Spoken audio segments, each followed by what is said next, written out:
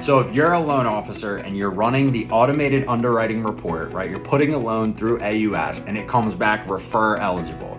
Now this is for an FHA loan, a VA loan, a USDA loan. You're now figuring out, what do I need to do to ensure that this loan closes and that I can satisfy the request for the loan? And this video also applies that if you're a real estate agent and you're working with a newer loan officer and they say, hey, this loan is now a manual underwrite. There are 4 keys to navigating the world of manual underwriting, and here they are below. So number 1, debt to income, right? It is essential that you meet the requirements for debt to income when it comes to a manual underwrite. So for example, for FHA allows a loan that's running approved eligible to go all the way up to a 46.9 over a 56.9. That's the maximum debt to income. However, if that loan runs refer eligible, you're now subject to a max DTI of 40% over 50%. So your overall debt to income parameters are going to decrease based on the finding that this loan is now running refer eligible and it's a manual underwrite. The risk tolerance is now lowered. Now 40 over 50 is going to require 2 compensating factors. I'm going to dive into what compensating factors are right after this, but first I want to start with debt to income. So there's some key ratios you need to look for.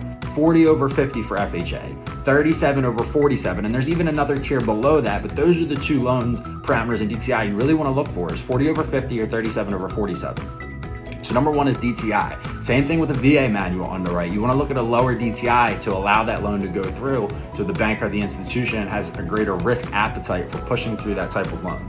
So number 1 is DTI. Number 2 is reserves. Reserves are going to be a requirement for a manual underwrite. It's considered a compensating factor. And what this means is, after all the money you're bringing to closing, what do you have left over in reserves? So this could be money in a checking account, a savings account. We can also use a percentage of your vested balance in the 401k.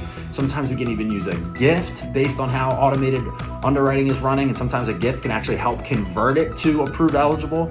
But most importantly, you need to have some type of reserves, even if it's 1 month, in order to qualify for a manual underwrite. So that's going to be your mortgage payment is considered 1 month of reserves, right? So if my mortgage payment's $2,500, I have $2,500 in the bank, I have 1 month of reserves.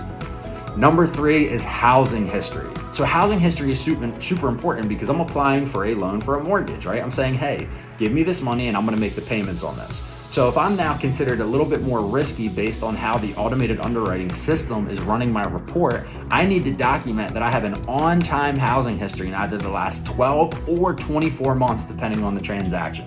So number 1, DTI, number 2, reserves, number 3, housing history, and the last one, number 4, is a great explanation on any derogatory credit on the credit report. And what this means is, if there's something that's showing on the credit report for either we had some late payments, or maybe there was an account that got past due in the past, we want to document why did it happen and how can we ensure that it's not going to happen again. So between meeting the debt to income requirements, having reserves, documenting a great housing history, and lastly, having a great letter of explanation for anything that's derogatory on the credit report, you'll make sure that you execute on all the keys to successfully close a manual underwrite. Any questions, feel free to reach out. Hope you have a blessed day, blessed week, and let's go.